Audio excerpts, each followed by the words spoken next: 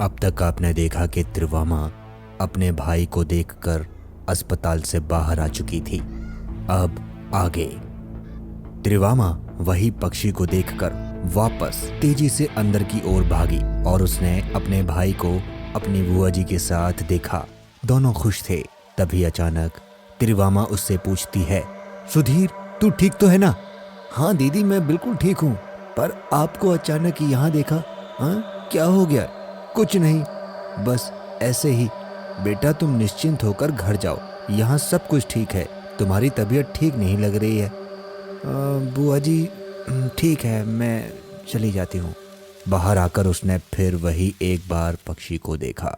वो अब भी वहीं था। उसकी आंखें उसी की ओर थीं। वो जल्द से जल्द वहां से निकल गई। पक्षी अभी भी उसे देख रहा था। दिन भर की घटनाओं से त्रिवामा को अंदर तक हिलाकर रख दिया था। जो रात कल तक उसे सुहानी लगती थी, उसे आज डर लगने लगा था। आज उसने कमरे की लाइट बंद नहीं की थी। आखिर वो केवल उसे ही क्यों दिख रहा है और सुनाई पड़ रहा है? क्या उसके साथ कोई अनहोनी होने वाली है? ये सोचकर रजाई में भी वो अंदर तक कांप उठती थी। अभी तक जो घटा था वो काफी डरावना था। हर एक मौत के स्थान पर उसे वो दिखता था। उफ, उसकी आंखें कितनी खौफ पैदा कर रही थी। त्रिवामा, त्रिवामा, कौन है जो इतनी जोर जोर से मुझे पुकार रहा है? आवाज भी अनजानी है। उसने रजाई से मुंह निकालकर सरसरी निगाह से पूरे कमरे को देखा। कुछ नहीं था। उसका डर अब और बढ़ गया। तभी अचानक चिड़िया अंदर पर्दे के सामने से नजर आती है। डरो नहीं त्रिवामा, कुछ नहीं होगा। अरे ये तो वही चिड़िया है। हे भगवान, बोलने वाली चिड़िया, अब मैं नहीं बचूंगी। तभी चिड़िया बोलती है, जितना तुम डर रही हो उससे ज्यादा मैं अचंभित हूँ। मैं सदियों से ब्रह्मांड में भटक रहा हूँ, किंतु आज तक ना मैं किसी को दिखाई दिया, ना ही किसी ने मुझे सुना। ऐसा करने वाली तुम पहली शख्स हो। तुम मुवा चिड़ैया हो और बहुत से लोगों ने तुम्हें पहले देख रखा है। मैं पहली शख्स नहीं हूँ। मैं वो नहीं हूँ जो तुम समझ रही हो। मैं उससे भी आगे हूँ। आगे से मतलब? जो इस दुनिया से परे है। मतलब क्या तुम मृत्यु हो? हाँ, कह सकती हो। फिलहाल मैं उसका अंश मात्र हूँ।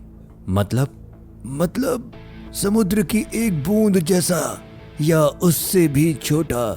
मेरा काम बस इतना है कि शरीर से निकलने वाली ऊर्जा को उसके गंतव्य तक पहुंचा दूं।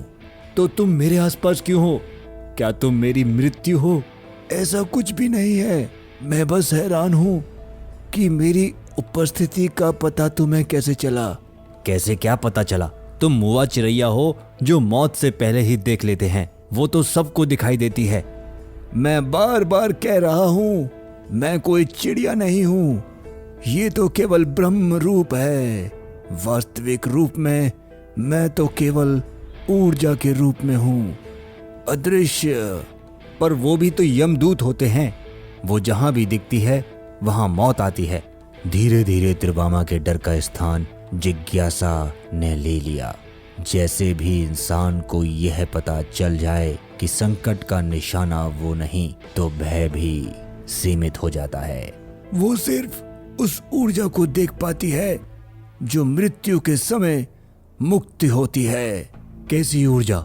हर जीवित जीव के पास उसकी छाया के रूप में प्रतिछाया रूप सदैव मौजूद रहता है। मृत्यु के समय यही रूप विलीन होने लगता है, जिसे ये दिखाई देती है। बस इससे ज्यादा कुछ नहीं। क्या मृत्यु के समय इंसान की छाया साथ नहीं रहती? ऊर्जा के ना होने के साथ साथ छाया भी शरीर का साथ छोड़ देती है। अर्थात मृत्यु से कुछ समय पूर्व इंसान का प्रतिबिंब नहीं बनता। त्रिवामा ने पलटकर अपनी पीठ की ओर देखा। शुक्र है मैं सुरक्षित हूँ, पर तुम मुझे ही क्यों दिखाई दे रहे हो? कोई खास कारण? ये तो मुझे भी नहीं पता। शायद तुमने अन्य लोगों से अलग प्रकृति को बेहतर तरीके से आत्मसात किया है। जैसे उस कुतिया को देखो, मेरी उपस्थिति का उसे आभास है, तभी तो वो अशांत है। फिर मानव के लिए यह संभव क्यों नहीं?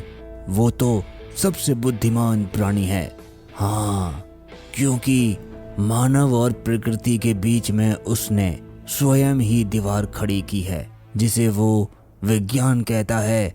उसने जीवन तो आसान बनाया, पर निर्भरता को भी बढ़ाया है।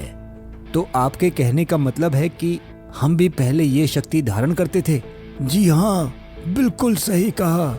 देखना, एक दिन इसी विज्ञान के दम पर हम तुम पर विजय प्राप्त करेंगे और फिर तुम हमारी गुलामी करोगे। जरूर कर लेना, लेकिन मुझे इस समय जाना होगा। मेरा काम आ गया है। हाँ, ह्यूमन हंटिंग का काम? जी नहीं, प्रकृति के विधान का। अरे अब किस बेचारे की शामत आ गई? सुधीर। हाँ, ये कहकर वो वहां से उड़ा और अंधेरे के सागर में खो गया। त्रिवामा बस असहाय ही उसे जाते हुए देखती रही। थोड़ी ही देर में मोबाइल घनघना उठा। त्रिवामा के हाथ कॉल रिसीव करने में कांप रहे थे।